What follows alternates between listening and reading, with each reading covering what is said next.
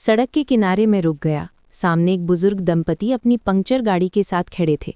बस 10 मिनट का वक्त दिया, टायर बदलने में मदद कर दी। कोई बड़ी वीरता नहीं, सिर्फ एक छोटी सी इंसानियत। एक हफ्ते बाद मेरी माँ ने बैठक से चिल्लाकर कहा, टीवी चालू करो अभी। वो रो रही थी। उन्होंने धीरे से कहा, तुम्हें अंदाज़ा नहीं है कि तुमने क्या किया। तुमने सिर्फ टायर नहीं बदला, तुमने मुझे याद दिला दिया कि दुनिया अभी टूटी नहीं है। मैं वहीं स्तब्ध खड़ा रहा, जबकि टीवी स्क्रीन पर एक ऐसी कहानी चल रही थी जिसकी मैंने कभी उम्मीद नहीं की थी। मेरा नाम आरव मेहता है और जिस दिन मैं उस सड़क पर रुका वो हर मायने में एक साधारण दिन लग रहा था। शाम ढल रही थी, आसमान बादलों से भरा था और राष्ट्रीय राजमार्ग 48 पर ट्रैफिक धीमी गति से चल रहा था। तभी मेरी नज़र सड़क के किनारे खड़ी एक पुरानी मारुति सेडान पर पड़ी, जिसकी हैज़र्ड लाइटें हल्की हल्की चमक रही थीं। उसके पास एक बुजुर्ग दंपति खड़ा था, स्पष्ट रूप से परेशान। गाड़ियां तेजी से निकल रही थीं, कोई भी रुक नहीं रहा था। मैं लगभग आगे बढ़ ही गया था। मैं थका हुआ था, देर हो रही थी और दिमाग में बस रात का खाना घूम रहा था।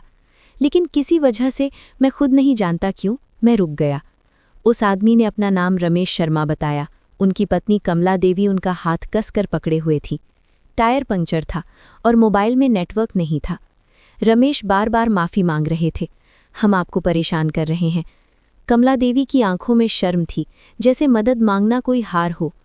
कोई परेशानी नहीं है, मैं घुटनों के बल बैठते हुए कहा। और सच में कोई परेशानी नहीं थी। मैं पहले भी दर्जनों बार टायर बदल चुका था। सिर्फ 10 मिनट लगे, शायद उससे भी कम। रमेश टॉर्च पकड़े खड़े थे, जबकि अभी दिन की रोशनी थी। कमला देवी बार बार धन्यवाद दे रही थी। उनकी आवाज़ कांप रही थी, मानो अगर वो रुक गई तो मैं गायब हो जाऊंगा। जब काम पूरा हुआ तो रमेश ने मेरे हाथ में कुछ नोट पकड़ाने की कोशिश की। मैंने मना कर दिया। बस सुरक्षित घर पहुंच जाइए, मैंने कहा। कमला देवी ने मेरा हाथ पकड़ लिया।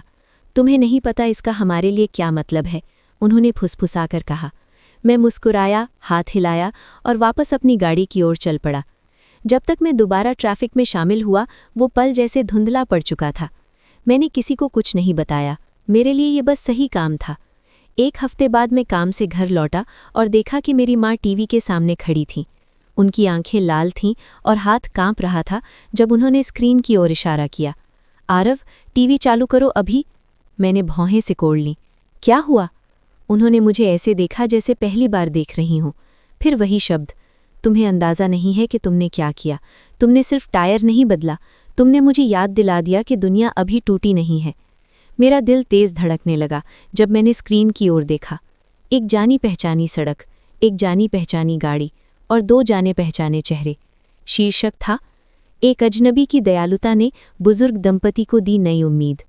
कमरा जैसे घूमने लगा और फिर रिपोर्टर ने मेरा नाम लिया। पूरी कहानी नीचे कमेंट कर सकते हैं।